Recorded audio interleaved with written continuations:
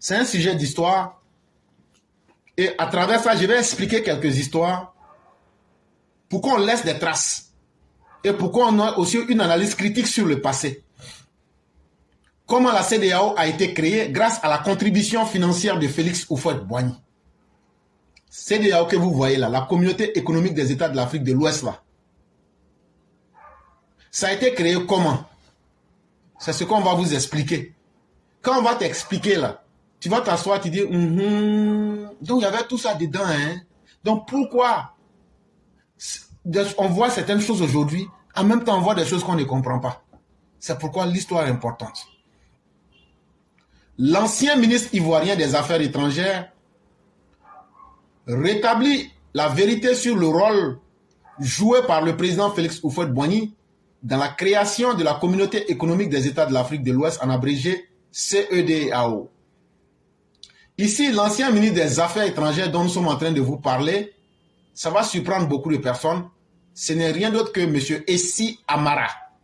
Il a été ministre des Affaires étrangères de la Côte d'Ivoire de 1990 à 1999.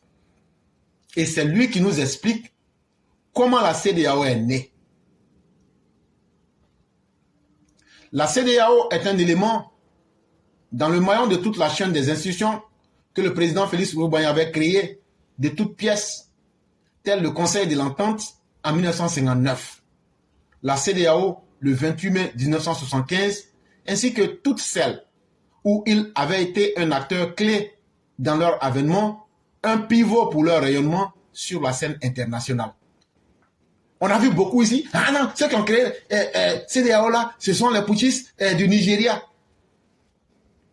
Nigeria là, c'est un pays. Et ils peuvent forcer les autres à rentrer dans CEDEAO? Non. La vraie réalité, qui a créé, qui a été celui qui a inspiré le Conseil de l'Entente à partir de 1959, il s'appelle Félix Houphouët-Boigny. C'est ce même Félix Houphouët-Boigny qui avait compris la nécessité de l'union. Des unions sous-régionales, bien sûr. Et il a donc inspiré les idées d'une organisation communautaire ouest-africaine depuis le 28 mai 1975. Quand on dit quelque chose est là, c'est pas parce que toi tu vois la chose que la réalité s'arrête à ça, mais comment la chose a fait pour être là? Si tu n'as pas compris ça, ah la plantation là ça produit, hein, ah, ça a marché, hein, aujourd'hui les choses sont bien. Mais pour qu'on en arrive à ça là, qui a réfléchi comment on va faire pour faire une plantation? Et qui a travaillé pour que la plantation puisse être là et puis ça réussit là? Il ne faut pas aussi oublier ça.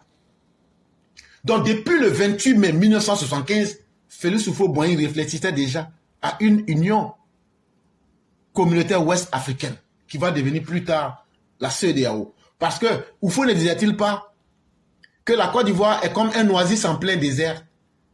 Mais si tu es entouré des déserts là-haut, tu vas te sombrer parce que tout le monde va venir boire dans ton eau.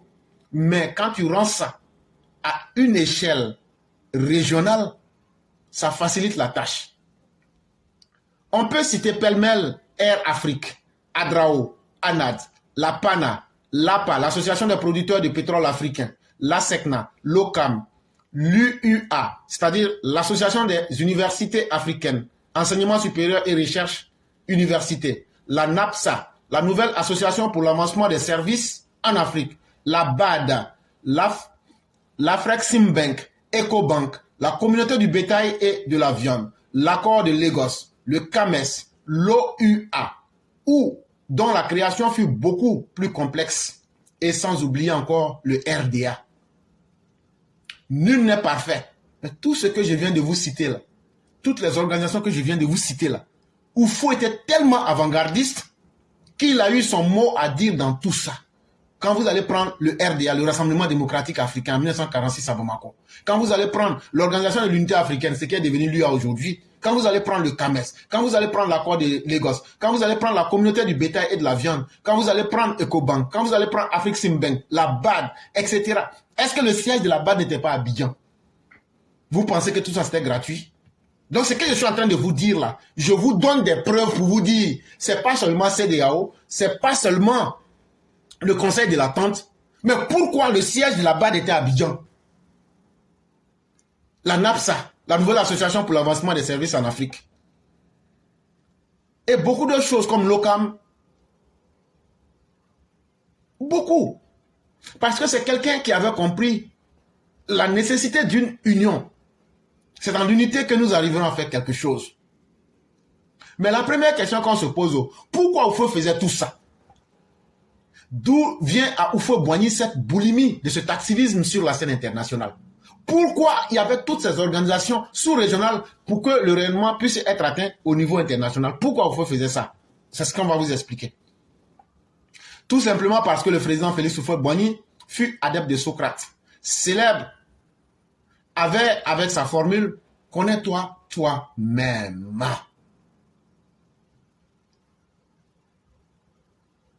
Allez reprendre les discours de Félix Houphouët-Boigny quand il parlait à la jeunesse, où il disait « Aujourd'hui, nous sommes des enfants, mais demain, nous serons des adultes et nous arriverons à marcher.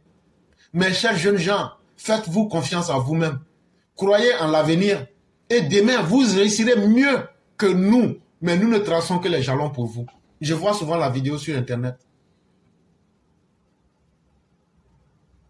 Mais ce qui animait le président Félix Houphouët-Boigny, c'est la connaissance fondamentale de l'être lui-même. Ça veut dire connais-toi toi-même. Moi-même là, je suis qui? Bon, je suis X ou Y. Mais en réalité, ce n'est pas ça la vraie question. Moi-même là, je vaux quoi? Je suis simplement à Côte d'Ivoire. Hein. Côte d'Ivoire. Côte d'Ivoire? What is that? Côte d'Ivoire? Ivory Coast? Oh yeah, Costa de Marfil? Oh, tellement petit que pour nous souvenir que ça existe, il faut qu'on traduise le nom en espagnol, en portugais, en anglais, en français. Oh, quel pays. C'est situé où la Côte d'Ivoire déjà? En Afrique de l'Ouest. Oh, où? Près du Ghana. Ah, là, on se sent un peu frustré, mon objet. Il dit oui. Oui, près du Ghana. Ça veut dire qu'on connaît le Ghana, on ne connaît pas Côte d'Ivoire. Waouh. Il y a problème. Oufoué savait qu'il était petit. Connais-toi toi-même. Un être humain qui ne se connaît pas ne connaîtra pas Dieu.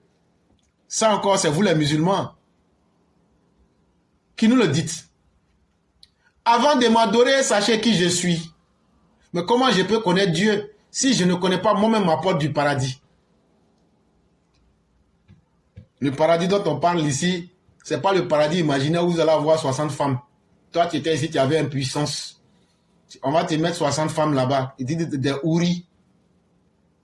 C'est ça ta joie. Mais tu refuses que les femmes aussi aient 70 jeunes hommes. Vous voyez l'explication bête? Ah non, pour les femmes là, Mais vous pouvez faire 70 femmes. Mais la femme aussi doit avoir 70 hommes aussi. Explication bête. Mais quand tu te connais, la porte du paradis dont on est en train de te parler là, ça veut dire la chose que tu peux faire en bien mais qui est facile pour toi. C'est ce qui est ta porte du paradis. Il y a des gens là, eux sont naturellement bons, ils peuvent faire des dons. Il ne faut pas demander à éclairer de faire don d'air. Il va réfléchir, il va se demander, mais ça va rentrer où? Comment? Il ne peut pas. Mais il y a des gens là, eux là, ils peuvent faire le don de soi. C'est-à-dire que même à se mettre au poteau et puis on va les tuer là, eux ils préfèrent ça. Ça là, tu vas penser qu'il est bête. Il n'est pas bête. C'est la nature que Dieu a mis en la personne.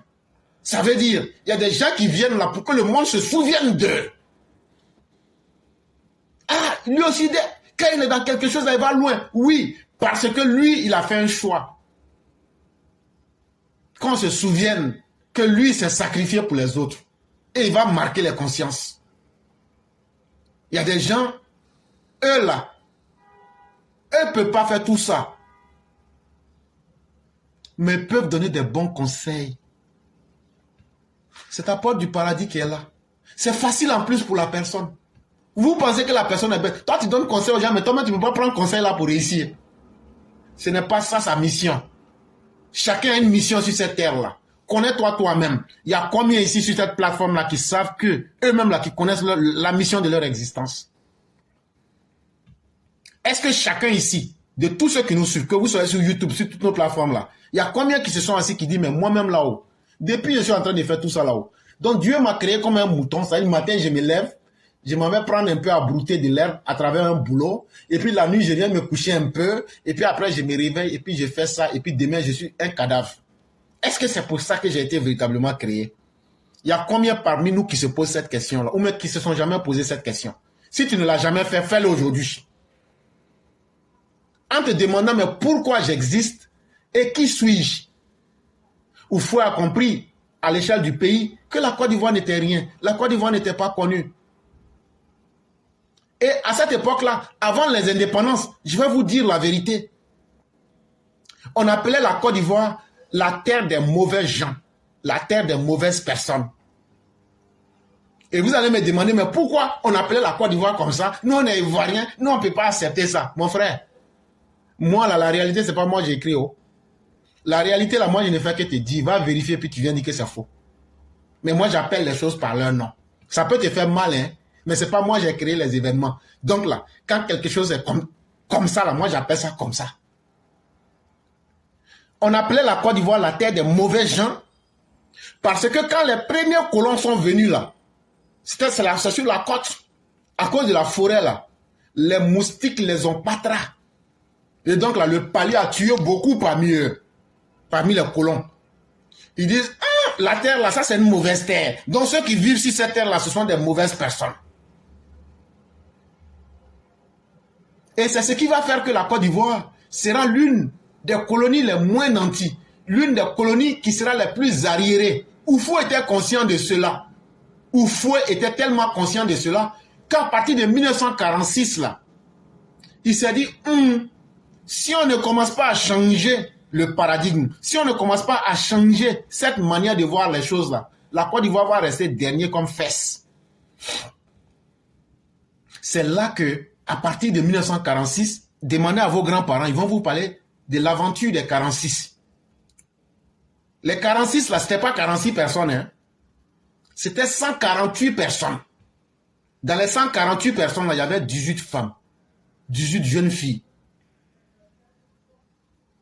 Donc, quand on parle de l'aventure 1946, c'est l'année 1946. Mais les personnes qui ont constitué le groupe qui allait en France, là, tellement la Côte d'Ivoire n'était rien là, tellement on n'avait rien là, tellement on faisait rien avec nous là. Et il n'y avait même pas, ce sont des gens qu'on a choisis dans les écoles.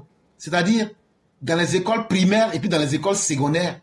148 personnes. Oufoué les a mis ensemble. Il dit, vous là, allez. Et puis quand ils sont allés en France, là, c'est dans quelle école les a mis? Dans les lycées. Tellement il n'y avait même pas école et niveau en Côte d'Ivoire. Voilà comment ils se sont retrouvés. Et ils sont allés en France. Maintenant, pour aller en France, là, les Blancs n'ont pas facilité les choses, hein.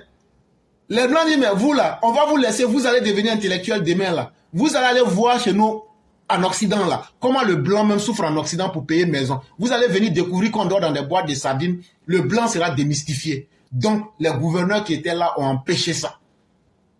Ont empêché. Ils disent non, non, non, non, non. Parce qu'ils vont aller à l'école, mais ils vont connaître l'Occident. Et le gouverneur qui va intervenir pour faciliter le voyage s'appelle le gouverneur André Latrie. C'est pourquoi vous voyez le boulevard Latrie à Abidjan. Ah, ok. Voilà, c'est ça. Il faut qu'on t'explique certaines choses. Et finalement, grâce à André Latrie, le gouverneur, qui va faciliter ce voyage-là, normalement, ils auraient dû quitter le 22 octobre 1946. C'était la date. Mais les gens vont retarder.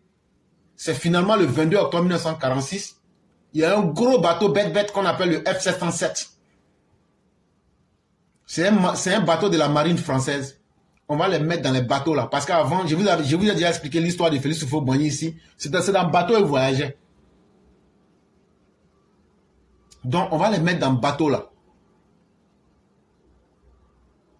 Ça va les prendre 19 jours pour arriver à Marseille. Quand on les a mis dans le bateau là, du 22 octobre 1946, c'est le 8 novembre 1946 qu'ils arrivent en France, mais exactement à Marseille. Ils arrivent là-bas, on va les inscrire dans des lycées. Et beaucoup parmi eux vont s'adapter. Ils vont connaître l'Occident. Ils vont acquérir du savoir. Et ils seront même hébergés pendant les vacances par certaines familles françaises. Ils vont connaître la culture locale. Ils vont connaître ce que c'est que l'Occident. Et c'est ceux-là qui seront les premiers éléments qui vont essayer de venir faire un peu le bonheur de l'Afrique. Et ce que j'ai dit, si c'est faux, il y a notre mère Nina Kouadio qui est avec nous ici. Demandez son oncle Kopli. Kopli que vous voyez, le vieux là, qui était remplaçant de Bédier par intérimaire. Lui, il était dans le groupe là. Il était dedans. Vous voyez que le mensonge là, quand tu mens là, tu vas dire non, tous ceux qui étaient là sont morts. Bon, allez demander à Boni Kopli, est-ce que lui n'était pas parmi les gens de l'aventure 46? Et puis allez lui dire, Nina Kouadio, il faut lui demander. Il faut lui dire que le mensonge que j'ai dit aujourd'hui là, est-ce que c'est vrai ou même est-ce que c'est faux? Pour témoigner. Si c'est faux là, il n'a qu'à venir dire ça devant tout le monde ici. Et donc cette petite Côte d'Ivoire là, Houphouët avait intérêt à ce qu'elle soit grande, en se mettant dans des organisations où elle propulserait ces organisations-là. Mais quand tu te connais, tu vas forcément connaître tes faiblesses et tes forces. Et donc, Houphouët avait intérêt à être dans un activisme sur la scène internationale pour que son pays soit connu. Et c'est pourquoi il s'est mis dans tout ça. Selon lui, la Côte d'Ivoire était la Benjamin des colonies, la moins nantie, la moins qualifiée, appelée terre des mauvaises gens en raison des moustiques sur ses côtes, par les premiers Européens, source du paludisme qui sévissait avec de nombreux morts au sein des colons français. La Côte d'Ivoire n'était donc pas attractive pour disposer d'un rayonnement à l'extérieur. Le président Félix Houphouët savait que dans les relations internationales, il faut toujours être en position de force pour mériter considération et respect. Et donc, Houphouët étant conscient du fait que la Côte d'Ivoire seule ne représente rien, la Côte d'Ivoire est un petit pays. La Côte d'Ivoire ne bénéficie pas de tout l'appui qu'il faut pour que le pays soit reconnu et puisse bénéficier d'un rayonnement à l'extérieur. Il fallait donc être actif dans la création des mouvements communautaires, des mouvements sur la scène régionale pour pouvoir occuper un espace. Et donc, c'est ce qui a fait qu'il a créé beaucoup d'organisations que je venais de vous citer en amont. Il s'appropriera, ça veut dire Félix Houphouët-Boigny, le proverbe indien qui stipulait que le monde tremble devant l'éléphant et piétine la fourmi. Et donc, dans le monde là, si tu veux être un éléphant, tu peux l'être. Mais si tu veux être aussi une fourmi, on va t'écraser. Et je vous ai déjà parlé ici dans le Coran, pour ceux qui sont musulmans, la sourate des fourmis. Et il y a des gens qui croient que c'est une fourmi qui a parlé. Non. C'était une tribu faible. C'était des individus faibles qui n'avaient pas les moyens. Qui se sont retrouvés entre deux tribus puissamment militarisées. Et eux, pour sauver leur vie, ils disent, ah, bon, vous pouvez faire aux mains, nous on est là, si vous pouvez passer à côté de nous, puisque nous, on est des fourmis, ça s'appelle le langage diplomatique. Et quand tu veux survivre là, n'importe quel moyen est bon pour survivre. Si je dois laisser tomber ma dignité, mais ça va me garantir ma survie là, mais pourquoi ne pas m'insulter moi-même? Pourquoi ne pas me faire petit? Quand être petit va permettre de vivre. Donc, ces gens-là se sont rabaissés. Ils disent, nous, on vous fait allégeance, hein, que ce soit l'un ou l'autre. Vraiment, nous, on est des fourmis. Si vous pouvez avoir pitié de nous, pour nous épargner de votre guerre là, ah, nous, ça va nous arranger. Nous, on se met en bas de vous. Houphouët avait compris cette politique-là. Mais est-ce qu'être une fourmi, ça va empêcher le monde de te piétiner? Non. Ce n'est qu'une question de temps. Donc, mieux vaut être un éléphant. Mieux vaut être parmi les grands. Même si tu es une fourmi parmi les éléphants, là, tu seras respecté. Et c'est ce que la Côte d'Ivoire était devenue. C'est pourquoi dans les années 80, vous allez voir Houphouët, jusqu'à un moment donné, il fait à Kosmandi, il s'en va ramasser les Éthiopiens. C'est là, pour ceux qui ne savent pas, je dis qu'on est dans l'histoire en plein, donc on va dire beaucoup de choses. Quand les Ismaël Isaac et les frères Keïta ont fait leur première musique là, où ils avaient dit Congo, Éthiopia, des trucs comme ça, les gens sont sortis. Et ceux-là, ce sont des Éthiopiens. Regarde leurs pieds. Le grand frère, pardon, on ne se moque pas de toi. Hein. Mais nous, on aime appeler les choses par leur nom. Et puis, c'était dans Wotro encore, ils chantaient. Dans Wotro. Et donc, les gens, à l'époque, pensaient que les Ismaël Isaac et autres étaient des Éthiopiens. Alors qu'ils n'en étaient rien. Parce qu'Houphouët avait attiré toute l'Afrique vers la Côte d'Ivoire. Pour que si vous ne voulez pas vous rendre compte qu'il y a un petit pays qui est puissant, qui existe là, nous-mêmes là, on va vous attirer à parler de nous. C'est dans ça aussi on a vu les Tchela Mona venir. Bon, vous, nos parents, on vous a vu. Hein.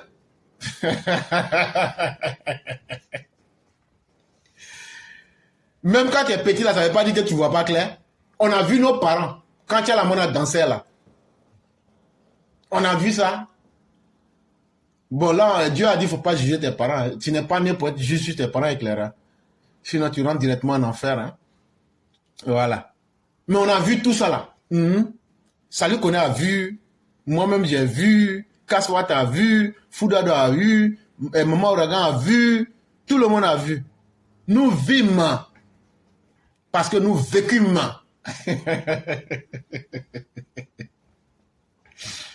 Tout ça, c'est pour plaisanter, pour rendre un peu...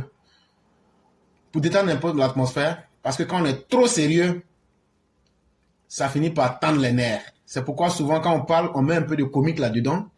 Pour détendre un peu. Ah, c'était pas une go fatiguée à l'époque, hein? Ça, faut pas aller dire ça à Louga François. Cher maître Sali Koné, faut pas dire ça à Louga François.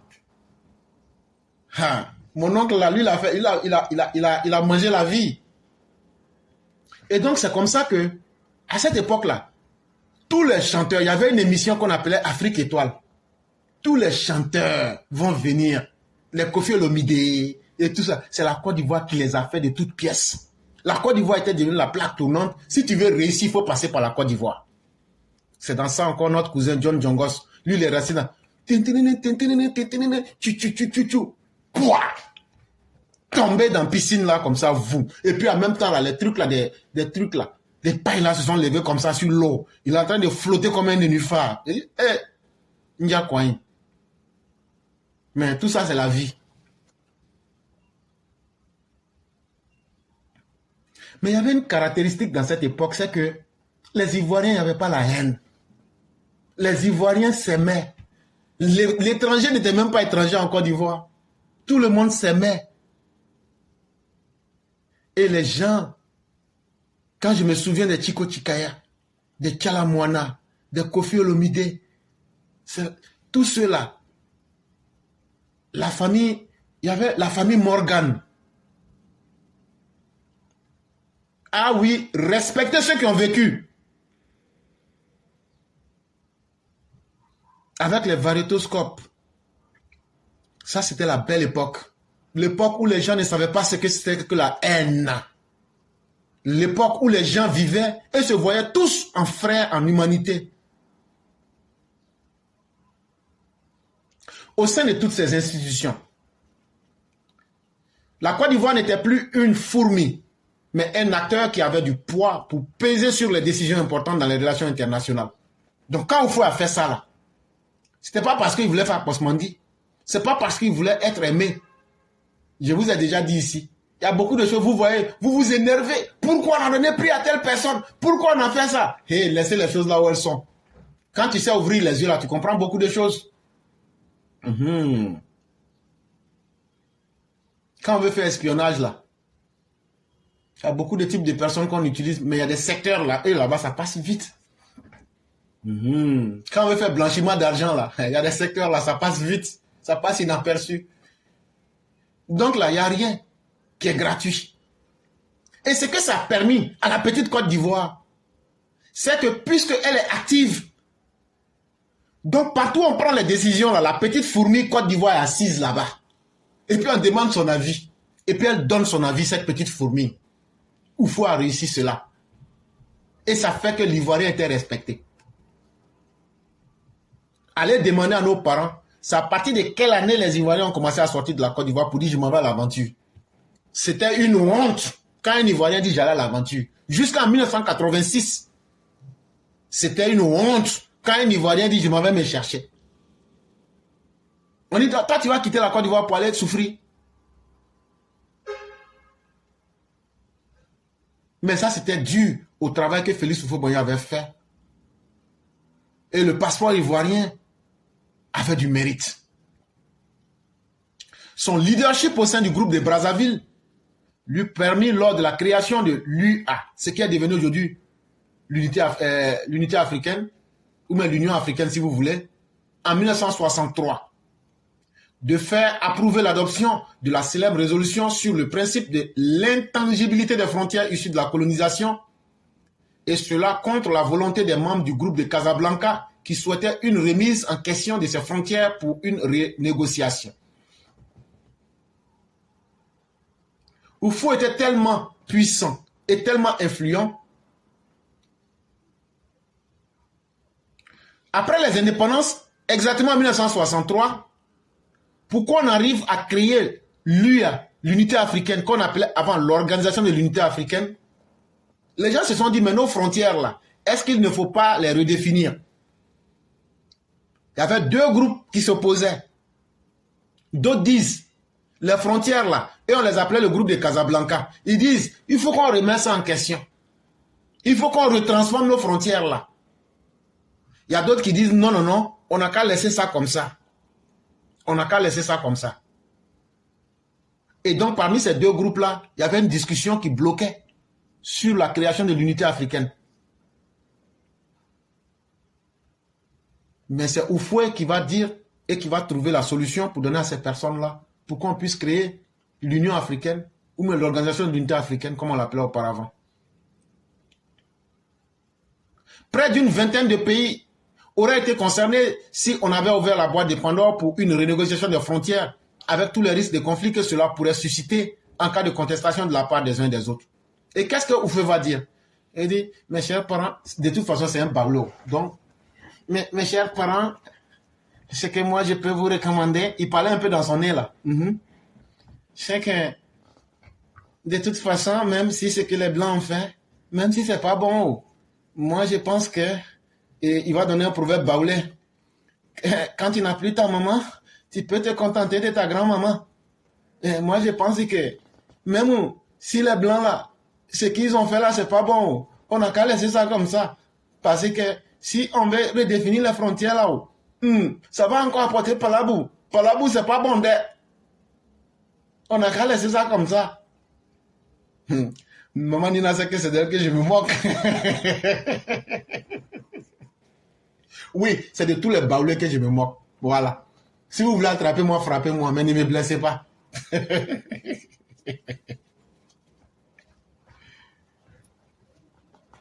Et les gens vont se dire, oui, plutôt que de soulever de nouveaux conflits, laissons ça comme ça. Parce que regardez en Afrique de l'Est, où on a vu des révolutions et autres, regardez les conflits que ça a provoqué. Si en Afrique, on doit encore provoquer d'autres zones de tension, mieux vaut partir à partir de ce qui est là et essayer de corriger les erreurs au fur et à mesure. Le président Félix Houphouët-Boigny était toujours tourné vers une prospective pour déceler tous les facteurs qui pouvaient perturber la paix dans son pays. Mais Oufou ne faisait pas tout ça. Parce que quand on dit il y a la guerre là, ça va arriver chez toi d'une manière ou d'une autre. Si la guerre ne vient pas chez toi en temps réel, il faut savoir que ses conséquences vont venir chez toi. Ou même si les conséquences ne viennent pas, quand ils vont finir la guerre, là, les armes, là, ça va se retrouver chez toi. Ça ne vous surprend pas qu'il y ait eu la guerre du Libéria. Après, il y a eu la guerre de la Sierra Leone. Après la Sierra Leone, il y a eu quel pays? La Côte d'Ivoire. Allez, calculez le temps. Calculez le temps.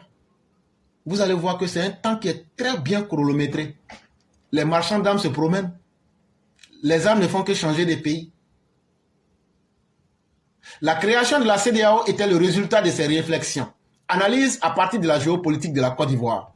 Donc la CEDEAO que vous voyez là, c'est Oufoué qui s'est assis.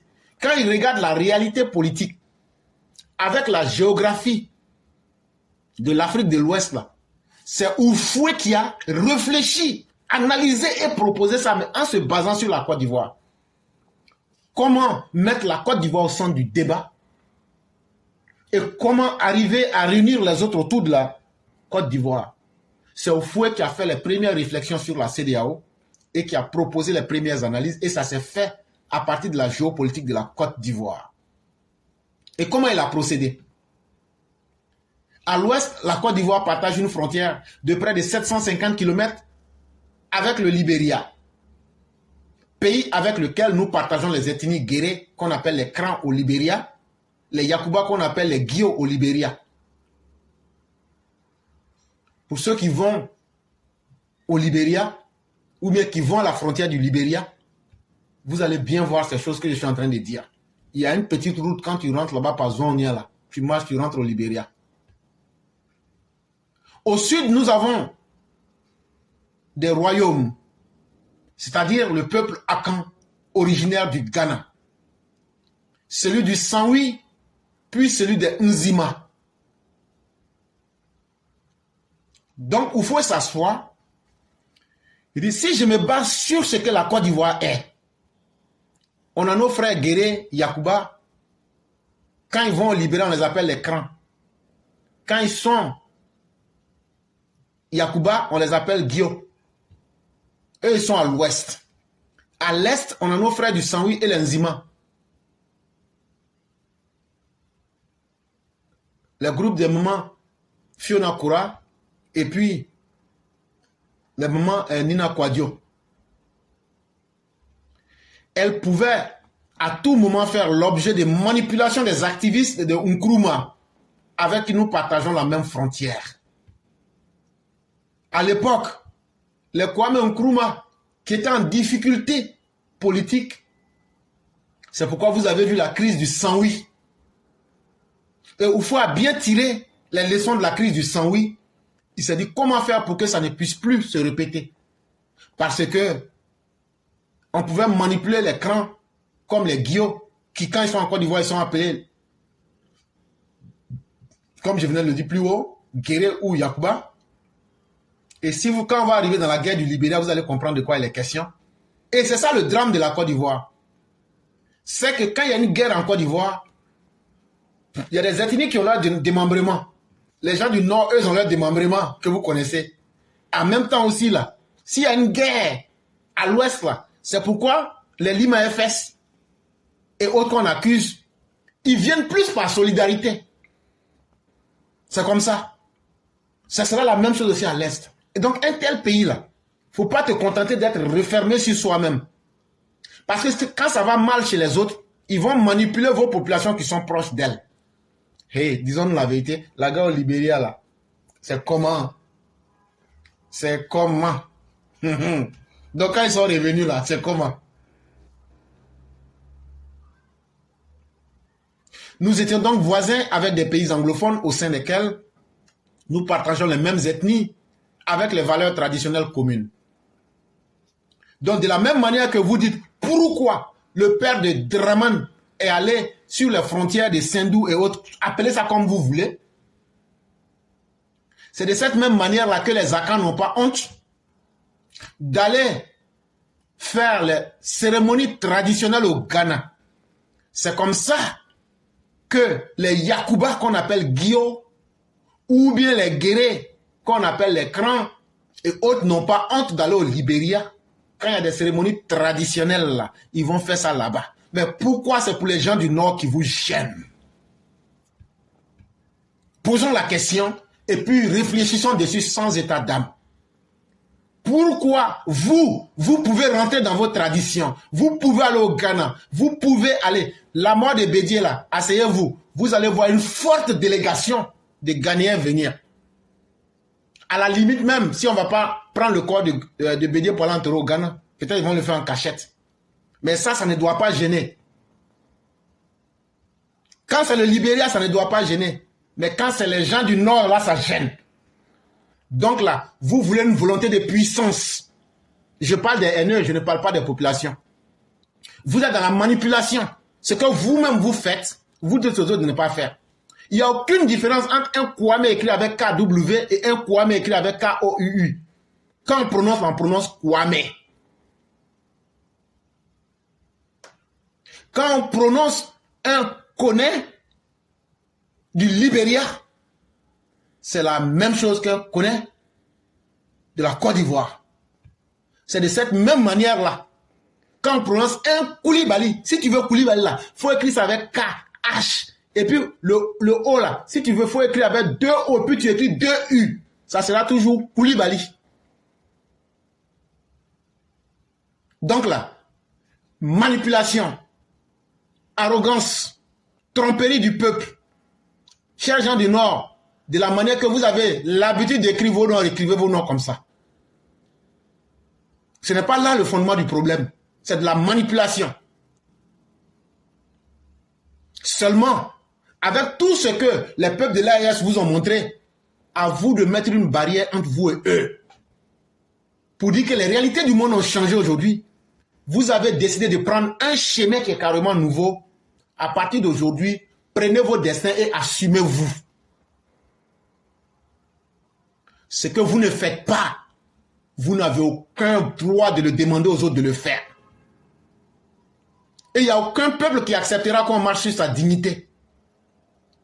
Et si vous n'êtes pas content, vous les haineux, demandez la division de la Côte d'Ivoire comme Krabbe Nyabé l'a fait, à travers le PANA. Là, comme ça, quand vous allez prendre votre région, vous allez vivre en autarcie. Et c'est là que vous allez comprendre que le monde n'est pas facile. Et c'est là que vous allez comprendre que c'est quand on te met au pied du mur que tu comprends. Ah, le nouveau président du Sénégal, il lui dit bonjour. Vous avez fait la manipulation, le populisme. Peut-être même, je soupçonne que les chiffres ont été manipulés par les Russes pour que vous vous retrouviez là. J'ai déjà averti la Côte d'Ivoire. Il y a des mois et des mois, j'ai déjà averti les autorités ivoiriennes. Je n'ai pas dit qu'il n'a pas gagné, mais le monde fonctionne différemment de ce que les gens veulent voir. Mais c'est au pied du mur qu'on voit le vrai maçon. Et la première truelle que tu vas prendre là, tu seras obligé de mettre du sable. Parce que celui qui pense qu'il a fait le roi là, je n'ai pas envie de dire son nom. Sonko se pense faiseur de roi.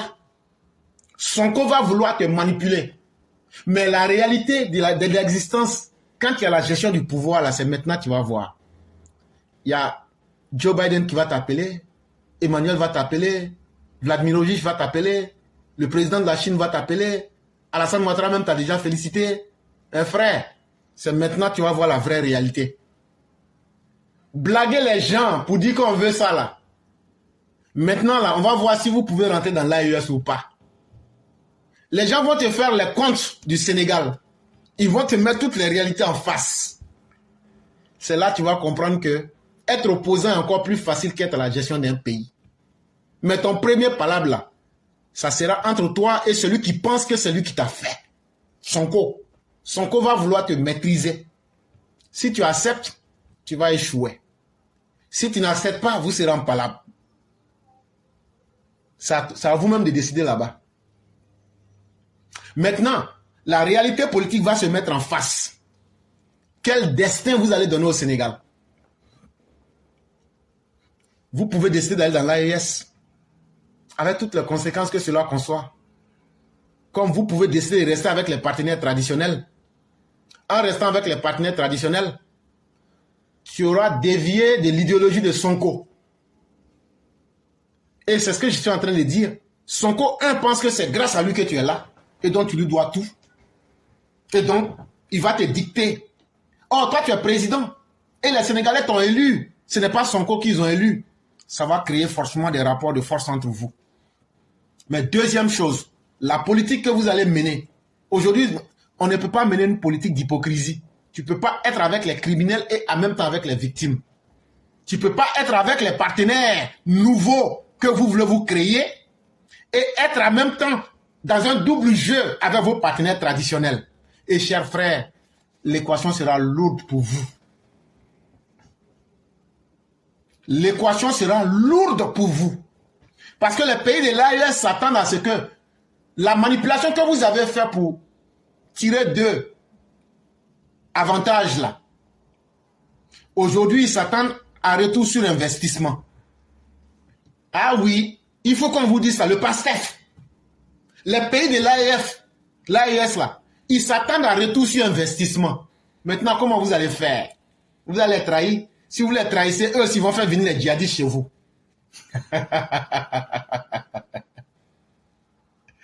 Voilà comment le vrai monde fonctionne. Voilà comment le vrai monde fonctionne. Et donc là, vous avez été élu. Mais la plus grande question qui vous taraude l'esprit aujourd'hui,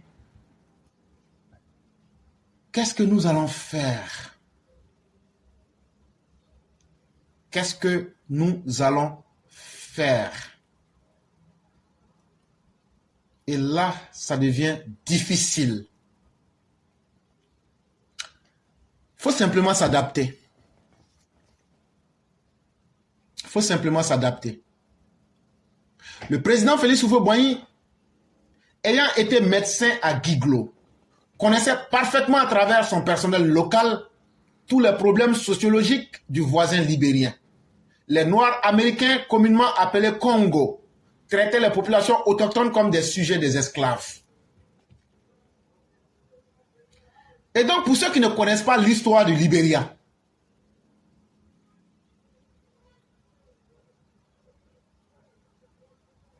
sachez que le Libéria, la terre là existait. Quand les esclaves ont été libérés aux États-Unis,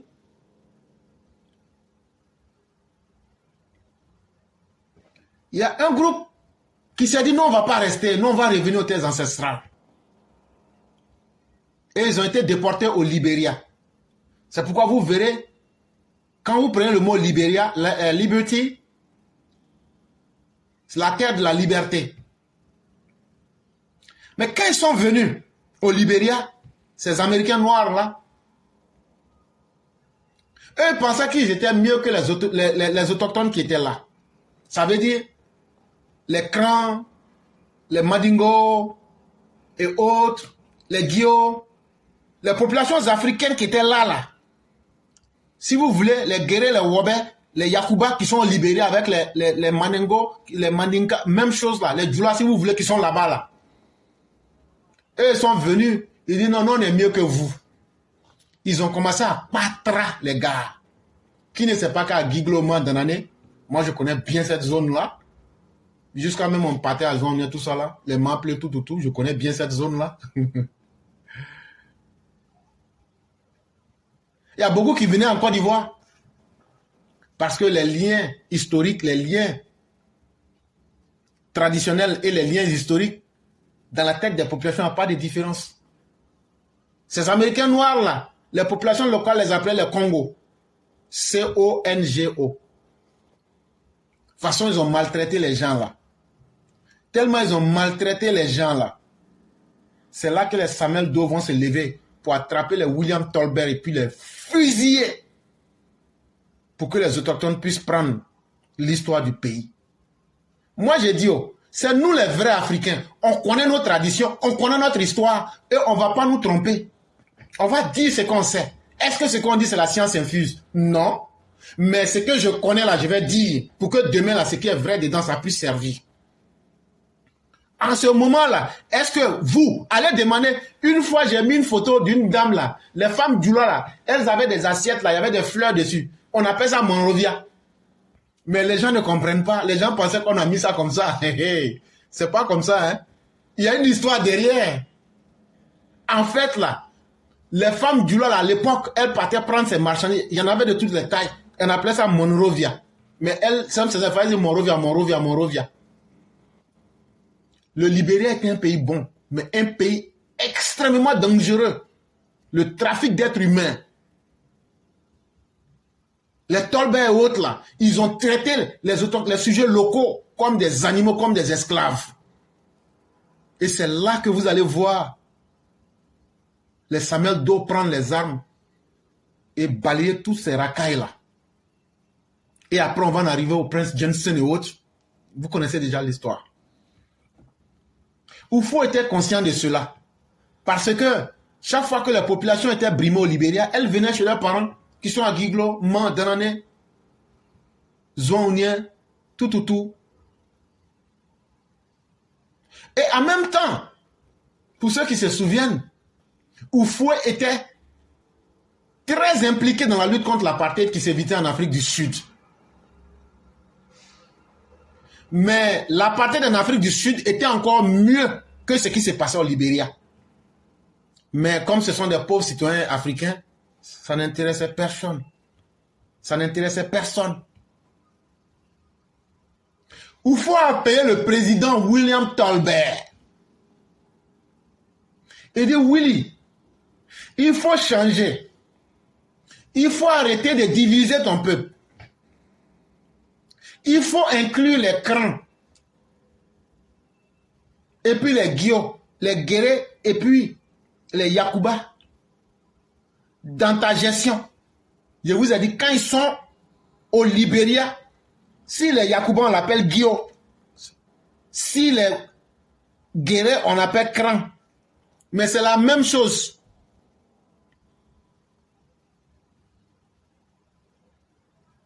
L'indigène le plus gradé s'appelle Samuel Doe.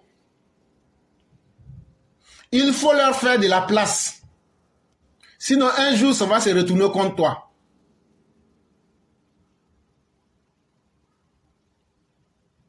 Mais William Tolbert dit à Félix Houphouët-Boigny, nous, on s'en fout. Nous, là, on ne va pas changer ce système-là. Parce que ça marche et puis le libéral fonctionne bien. Houphouët dit, ils ont leurs parents en Côte d'Ivoire, en Kolowar. Leurs parents en Côte d'Ivoire s'appellent Yacouba. Quand vous regardez Charles Taylor, il ne ressemble pas à Yacouba Omeguéré. Regardez Charles Taylor, il ressemble à quoi? Prenez Charles Taylor et puis mettez-le en Côte d'Ivoire, il ressemble à qui? Ils ont leurs parents chez moi. Oh. Mais ça s'est terminé comme ça. Oh. Vous voulez que je vous dise, ça s'est terminé comme ça. Oh. Mais quand ils ont attrapé les William Tolbert, de toute façon, ils les ont attachés là. J'ai dit, quand toi-même tu regardes là, tu dis, est-ce qu'on peut attacher être humain comme ça? Et ils les ont fusillés au bord de la mer un jour. En sa qualité de président du Libéria, Houphouët dit au président, il avait selon la Constitution le droit de nommer 15 sénateurs. Aussi pour répondre au souhait du président Félix Houphouët-Boigny, il nommera quelques jours au sein du nouveau Sénat 2 sénateurs, dont l'un sera un Cran et un Guillaume. Le président Félix Houphouët-Boigny s'écria en présence des dignitaires qui l'entouraient en disant « Ce n'est pas suffisant. Tu vas à présent au devant des problèmes très sérieux. Ce n'est pas suffisant et tu vas à présent au devant de sérieux problèmes. » Et puis je t'ai dit, faut arrêter de t'amuser. Samuel Doe, là, c'est le militaire le plus gradé dans ton pays. Tu es en train de t'amuser avec une bombe. Tu es en train de tourner à côté. Mais ça ne va pas te louper. Houphouët avait compris qu'il allait avoir une guerre au Libéria. Et cette guerre se fera. Et quand cette guerre va se faire, ah oui, la Côte d'Ivoire a servi de base arrière aussi. J'espère que personne n'a entendu. Hein? Personne n'a entendu ce que j'ai dit.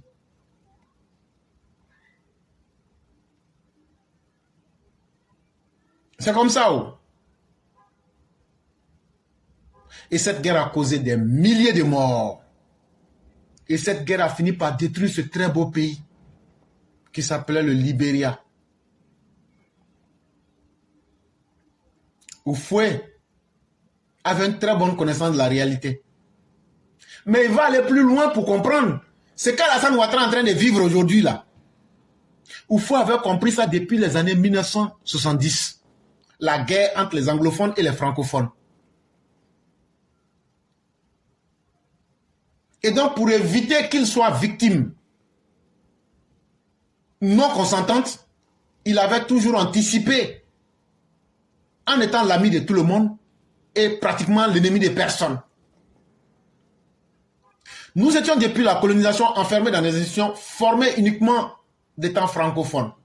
Quand vous prenez la structure de nos pays, moi ça ne m'étonnerait pas quand on revoit le Soudan français, le Mali et comment on appelle, le Sénégal, ils vont former le Soudan français comme auparavant, et puis on va voir ce que ça donne. Et comme il y avait la haute et la basse Volta, Burkina, Côte d'Ivoire, qui formaient le même pays, c'était comme ça. Même quand il y avait les frontières, dans les mentalités des gens, c'était les francophones avec les francophones, les anglophones avec les anglophones. Pour le président Félix Houphouët-Boigny, il était temps de faire une jonction.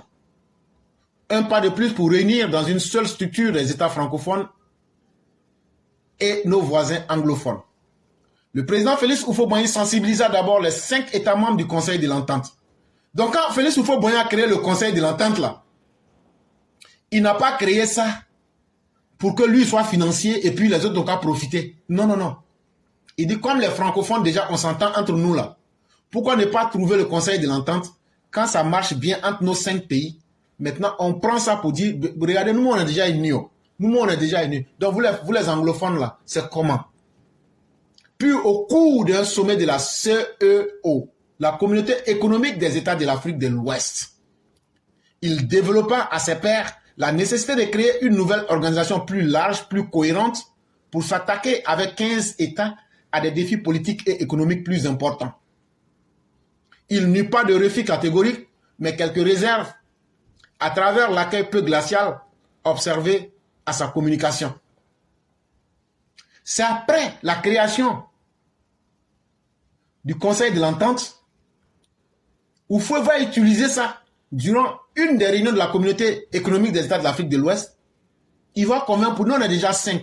Si vous les anglophones, vous vous ajoutez là, on va aller vers les 15 là. Bon, si on est 15 là, on pourra relever ensemble les défis économiques, on pourra essayer d'apporter plus de paix dans notre région. Par exemple, on va créer une armée qu'on va appeler les Comores pour aller mettre fin à la guerre au Libéria. Est-ce que tu comprends maintenant de quoi je suis en train de te parler? Tu vois que tout est lié maintenant, non? Voilà, c'est comme ça. Et les gens se disent, mais c'est pas faux. Plutôt que de compter sur les autres, parce que la guerre qui est au Libéria, ça peut arriver chez nous, ça peut arriver en Côte d'Ivoire, ça peut arriver en Guinée, ça peut passer, etc. pour arriver au Ghana. Donc c'est pas faux. Mais en même temps, comme c'est une nouvelle chose là, il y a des gens qui sont restés là, qui disent, bon, on verra, on va voir. Mais les gens sont restés sur leur faim.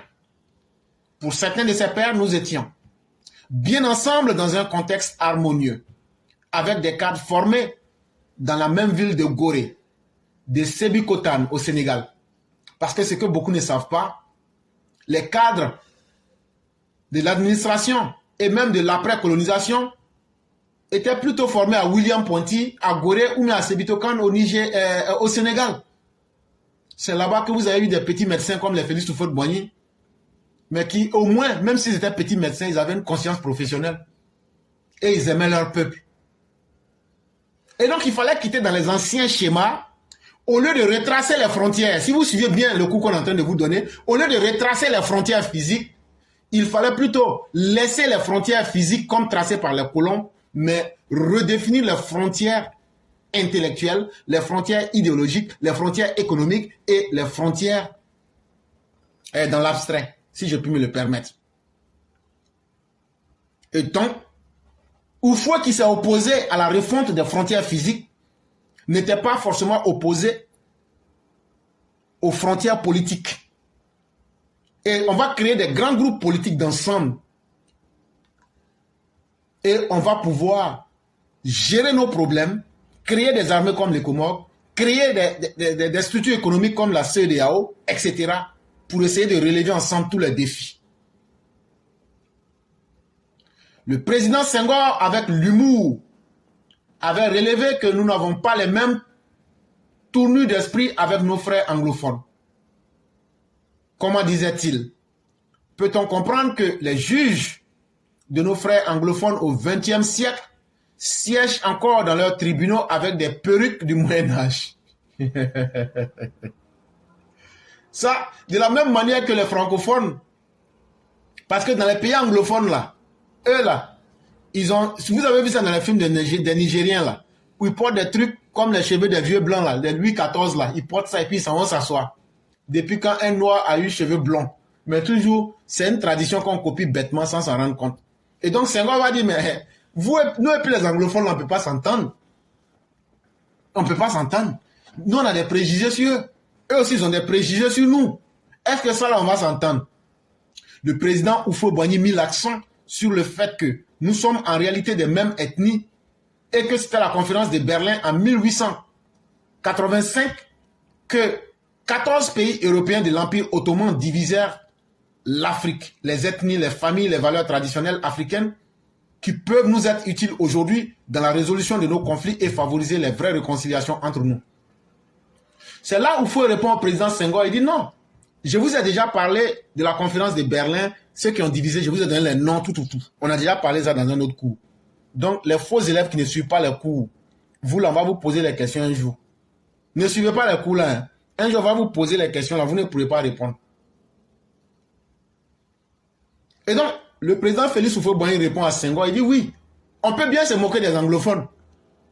On en a préjugés vis-à-vis des anglophones. Mais eux aussi, ils ont leurs préjugés vis-à-vis de nous.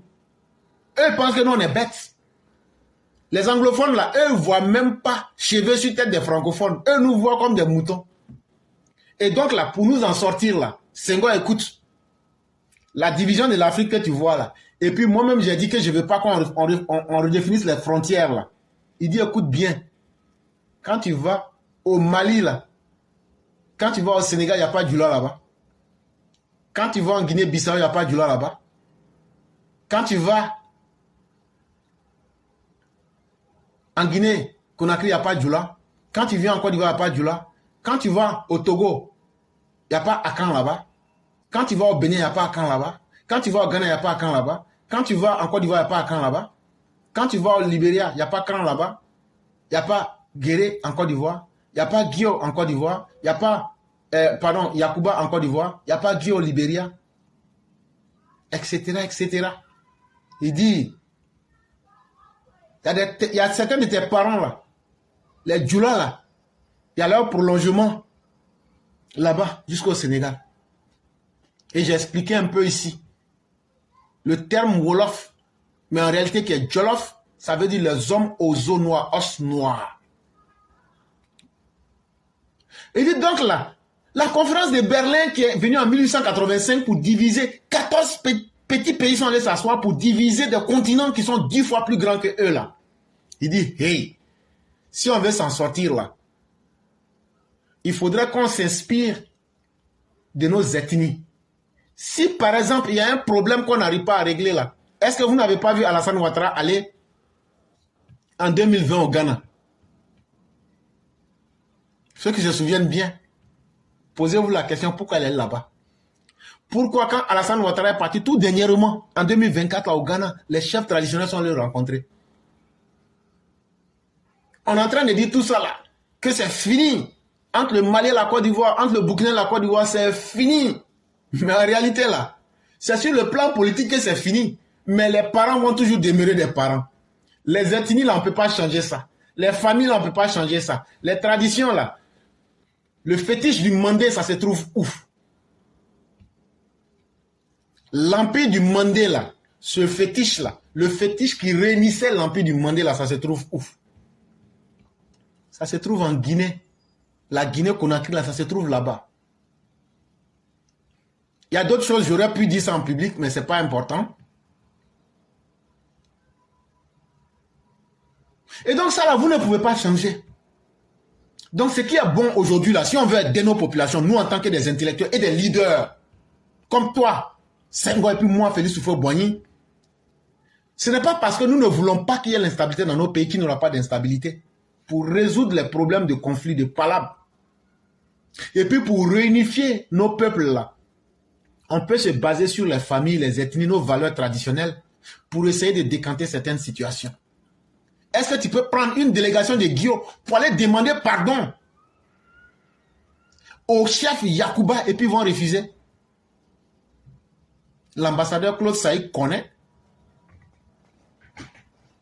Lui qui aime finir par là entre les gens là, lui-même il connaît.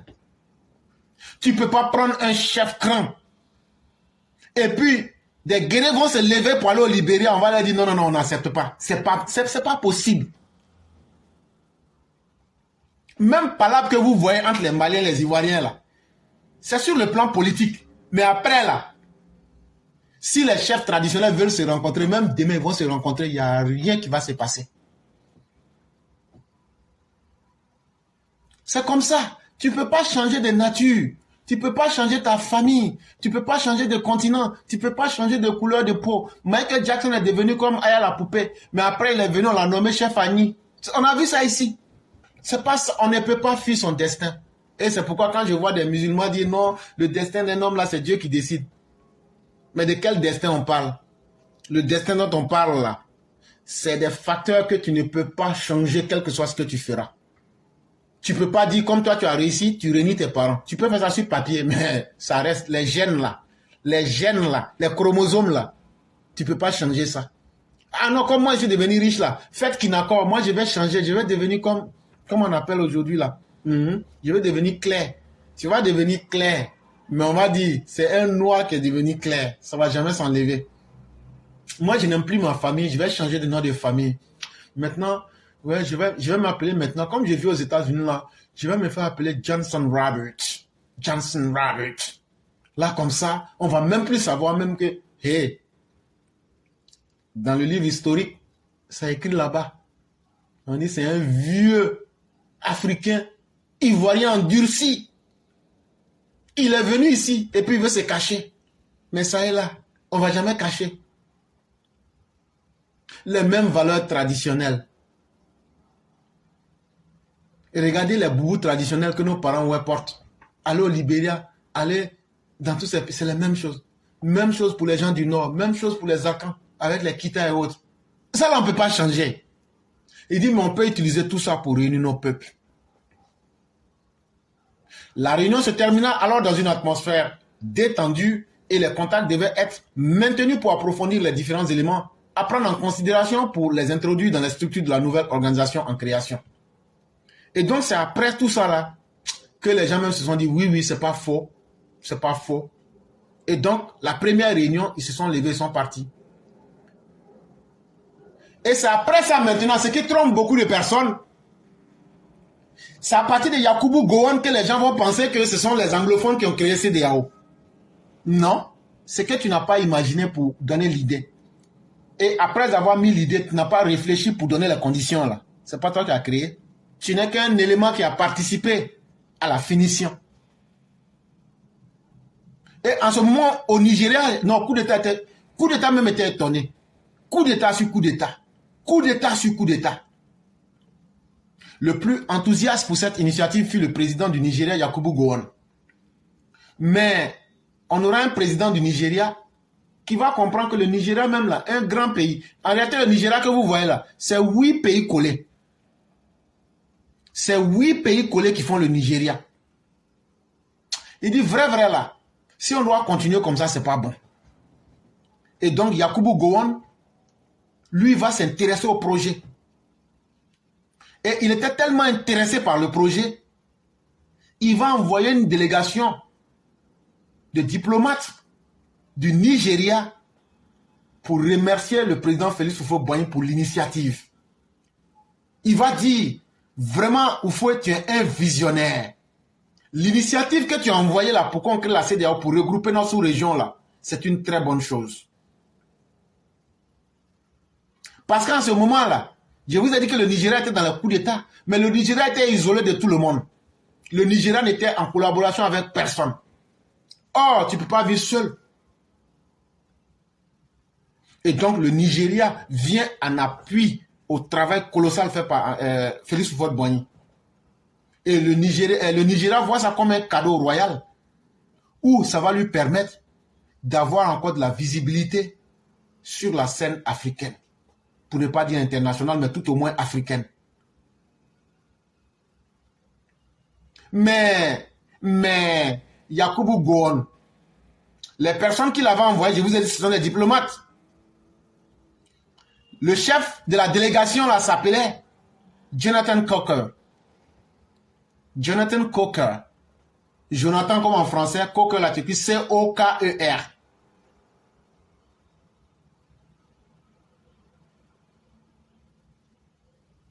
Et il dit, il faut dire au fouet que j'ai une doléance. Que j'ai une doléance. Le premier secrétaire de l'organisation qu'on va créer là, il faut que ce soit un Ivoirien.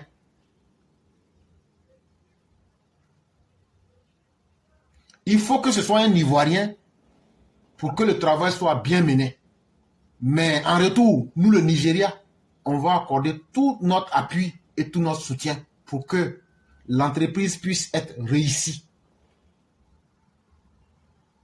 C'est ainsi que le président lança la balle dans le cadre au cadre du secteur économique et financier de l'État. certains cadres approchés tels que Serigne Leba, Amétier, à l'époque directeur général des affaires économiques et financières, Malan Ouattara et Samba Kone, directeur du plan, Konan Kami, directeur général de la Sonafi, etc., déclinèrent tous l'offre et ne voulaient pas aller résider à l'extérieur de la Côte d'Ivoire et surtout chez les Anango, réputés à l'époque comme des personnes difficiles à fréquenter et surtout aller vivre dans une ville comme Lagos, réputée à l'époque la plus dangereuse, même plus dangereuse que la ville de Chicago aux États-Unis. Toutes ces personnes que je viens de citer là, Oufoué, il dit, j'ai compris. Serigne Leba, on dit on cherche quelqu'un, tu veux partir, lui dit non. Malan Ouattara, Samba Kone, Konan Kami, d'autres, On fait comment? Il dit non, Nigeria là, les Anango là, ils aiment trop en Ango plan. Et puis ils sont pas faciles. En plus la Lagos là, quand tu prends voiture là pour circuler là, pour faire 1 kilomètre là, tu vas prendre au moins 5 heures du temps.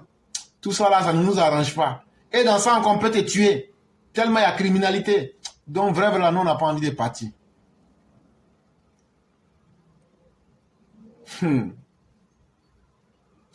Dans cette recherche de l'oiseau rare, les collaborateurs du président Félix Houphouët-Boigny, son directeur de cabinet Guy Néré.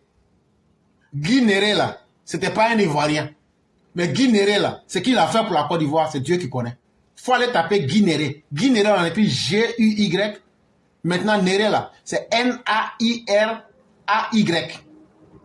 Il était le directeur du cabinet de Félix Houphouët-Boigny. Et le secrétaire général de la présidence, Alain Belkiri, s'employait également à la recherche de la personne dont le profil idéal avait été exquisé par le président lui-même.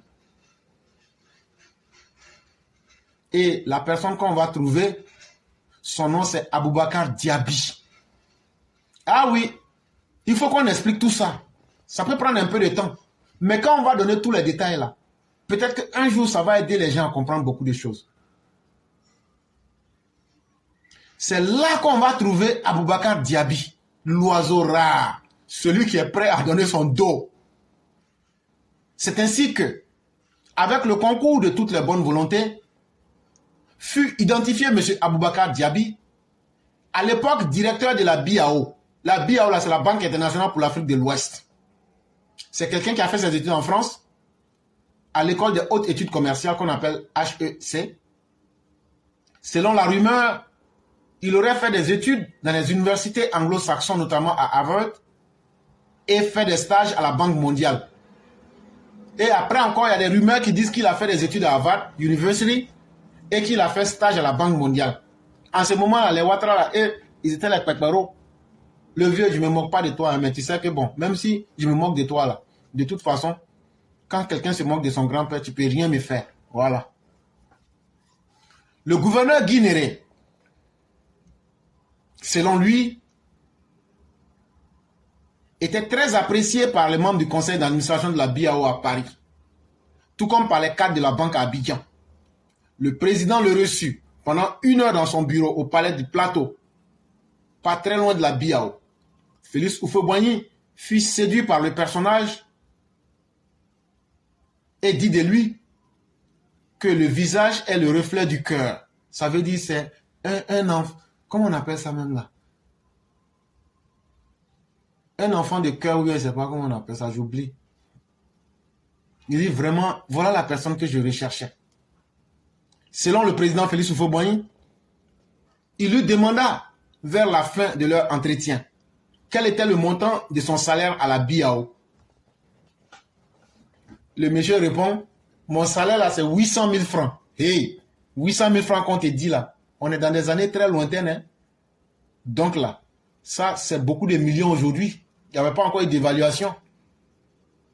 Alors le président Oufo lui dit, je te donne le double. Je te mets en mission pour une noble cause. Ton pays et même l'Afrique. C'est Oufo qui parle comme ça. Il dit, bon, je te donne 1 600 000. Mais en plus de cela, tu vas aller en mission pour ton pays, mais pour l'Afrique. C'est là, c'est dans cela que va résider encore ta fierté. Alors, Oufoué appelle donc Yakubu Gowon, le président, qui avait fait coup d'état pour venir. Il dit, Yakubu, j'ai trouvé la personne. Oh. Il s'appelle Boubacar Diaby. Il va venir. J'ai trouvé. Oh. Merci. Et c'est après donc que M. Diaby va faire quelques visites dans certains États membres et identifier quelques hauts cadres avec lesquels il allait pouvoir collaborer pour mettre en place les textes de la CEDEAO. Après cela, le président Félix Houphouët va l'envoyer encore au Nigeria. M. Diaby va aller rencontrer Yakubu Gowon à Lagos. Quand Yakubu voit M. Diaby, il est séduit par l'intelligence de M. Diaby. Et il dit, mais Houphouët, mais tu as fait un bon choix. Il dit, mais ton gars là, il a toutes les compétences. Hein? Et puis il est fort. Hein? Houphouët dit, mais tu ne me connais pas, c'est pourquoi. Moi, je suis un vieux sage. C'est pourquoi on m'appelle le bélier de Yamoussoukro. Et puis il dit, Et puis maintenant, il s'est tué. Yakubu dit, c'est un Nigérian. Comme c'est comme ça là. He's going to work with Jonathan Cook. Comme c'est comme ça là. Il va travailler avec Jonathan Cook. Vous vous souvenez, le chef de la délégation du Nigeria qui était venu saluer Houphouët là. Donc, je mets Jonathan Cook. Eux sont les militaires, eux ne parlent pas petit. Donc, Jonathan Cook. Ils vont travailler ensemble là. Les Nigériens là, les Anouais, ils parlent fort. Hein? Voilà, ils vont travailler ensemble. Tu as compris? Hein? Houphouët dit, oui. Et Jonathan Cook, il va aider à faire toutes les démarches. On va faire. Diaby va s'installer vite à Lagos. Hein? Il va s'installer. Et tout va aller bien. Hein? No worries, Mr. President. OK, everything is gonna be good. You don't have to worry. Et puis, bon, comme il parle dans leur anglais nigérien là, no gonna be wahala. Everything will be good. So don't worry. Everything will be good. No wahala. Tell Mr. Diaby to come. Et c'est là que le Nigeria va offrir toutes les commodités pour faire un siège de la nouvelle organisation. Et on va même offrir un nouveau secrétariat avec des bureaux pour travailler sans perdre de temps. Voilà un peu comment les choses se sont passées. Et donc avec sa petite équipe, M. Diaby se met au travail avec des personnes très incompétentes. Ils vont mettre les textes de la nouvelle CEDEAO, la nouvelle organisation. Et puis ça, ne pensez pas qu'ils ont pris des milliers d'années pour le faire. Hein. En quelques jours. Et même le budget de fonctionnement, avec les contributions financières des 15 États membres, en quelques jours, ils vont tout mettre en place. Et donc, on va prendre ce document-là pour rentrer avec dans les États membres, pour leur dire, voilà le nouveau document. Dès que le document a été écrit, dès le lendemain, là, Houphouët avait son repéro. Dès le lendemain, avant qu'on ne dise aux gens, voilà le document là. Le repéro d'Houphouët a glissé le document en même temps au vieux. Diaby a glissé le document au vieux. Et dans le document, on disait, voilà la contribution totale par an.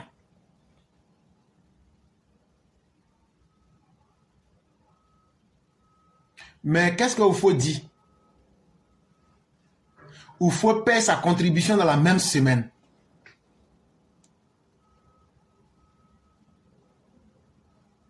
Waouh!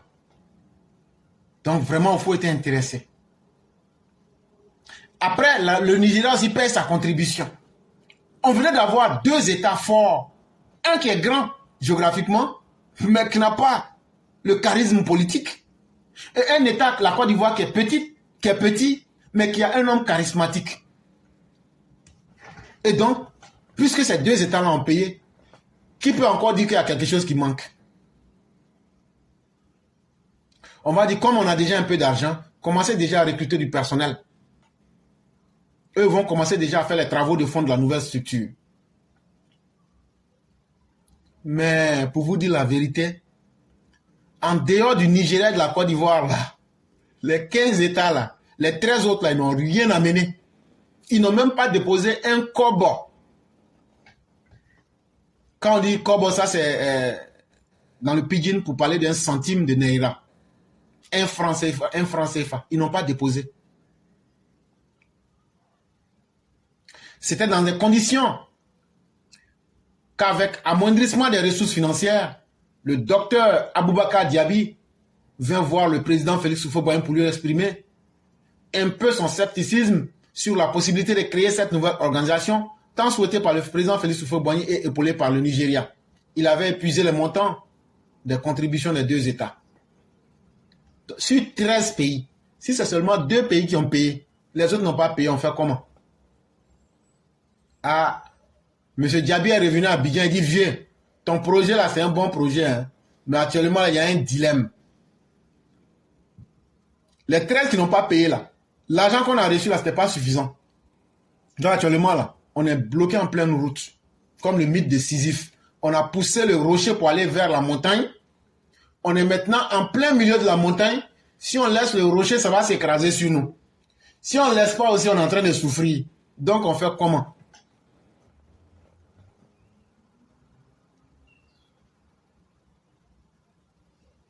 Il dit, il dit, il y a quoi un fable à bandit? Il dit, il y a quoi, il faut m'apporter un peu de bandit.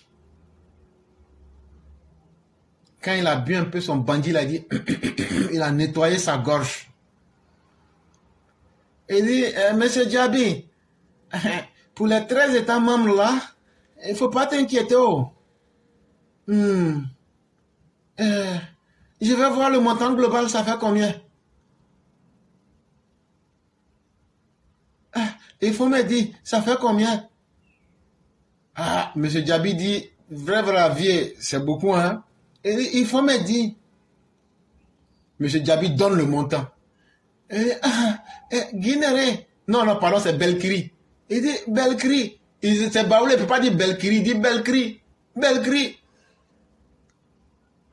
Comme tu es secrétaire général là-haut, de la présidence là, il faut venir dans mon bureau. Il faut venir dans mon bureau. Lui aussi, la secrétaire simplement où? Elle est venue. Quand Belkiri est venu, c'est comme s'il courait dans sa soeur. Ok, monsieur le président, je suis là. Qu'est-ce que nous pouvons faire? Belkiri, regarde. C'est ton petit frère docteur Diaby. Voilà le montant que les autres là, les 13 là, ils n'ont pas payé. Oh. S'ils n'ont pas payé CDAO là, ça va pas naître. Donc on va faire comment? On va faire comment? On ne peut pas voir quelque part?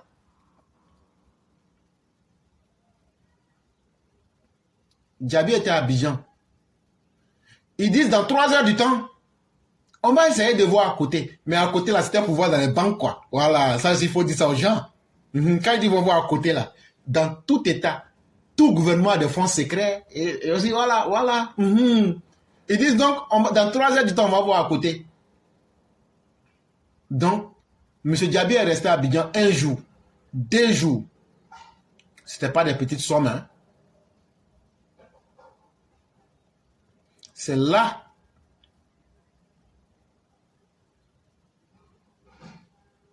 que vous allez voir quelque chose d'extraordinaire que Félix Houphouët-Boigny va faire.